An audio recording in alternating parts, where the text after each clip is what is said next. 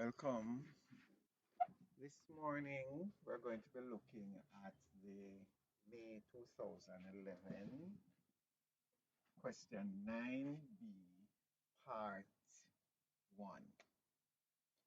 The question asks us to express the function f of x equals to 4x squared minus 8x minus 2 in the form a bracket x plus h close bracket square plus k, where a, h, and k are constants.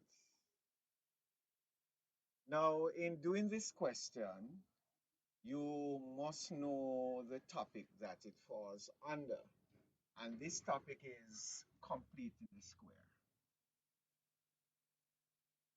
So anytime you see this, a bracket x plus h, close bracket square plus k, you're looking at completing the square.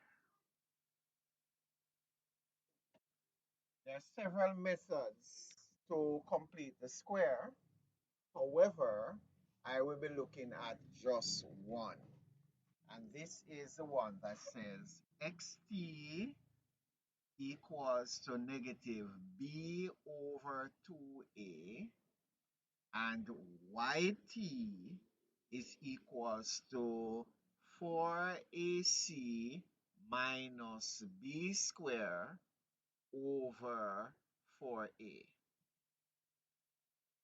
So when we calculate xt and yt, all we need to do now is to plug in, because xt would have been h and yt would have been k. So this is going to be xt is equals to 4 to negative 8, so minus negative 8 over 2 times 4, and that is going to give us 8 over 8, which is equals to 1. Yt is equals to 4 times 4 times minus 2 minus negative 8 square over 4 times 4. Working the numerator, we would have gotten negative 32 minus 64, and that gives us 96. 4 times 4 for the denominator would have given us 16, and so 16 into negative 96 would have given us negative 6. So yt is 1, xt is negative 6. So therefore, writing it in that format, you would have gotten y equals to, or f of x equals to a, which is 4, x minus h now, which is 1, which is square, and then k, which is negative x, negative 6. And that would have been your answer to part 1. So part 2 asks us for the minimum value, to state the minimum value.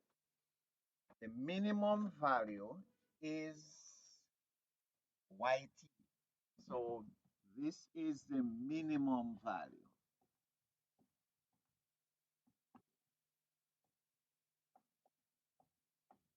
So anything you get, any value you get for yt is the minimum value. Then the other part of the question asks you for the value of x for which f of x is a minimum. And that value would have been what you get for h, negative h, or xt. And so that value is 1. So this is the value of x for which the function is minimum. And remember now, the function can also be maximum. Functions can also be maximum. And how you detect that the function is having a maximum value is if the sign at the x square is negative. So if the sign at the x square is negative, the function has a maximum value. If the sign at the x square is positive, then you have a minimum value. Sometimes the examiner will ask you for the minimum point or the maximum point. So minimum point or maximum point is whatever you get for xt. So that is 1 in this case. And what you get for yt, which is negative 6. Another thing I want to point out to you is the equation of the axis of symmetry. So equation of the axis of symmetry. And that is equals to, that is x equals to xt. In this case, it is x equals to 1. So it's a straight line a straight vertical line that passes through the minimum or the maximum point. Okay. So I'm happy that I'm here to share this with you, and I hope that you have learned something from this exercise. Thank you again for listening.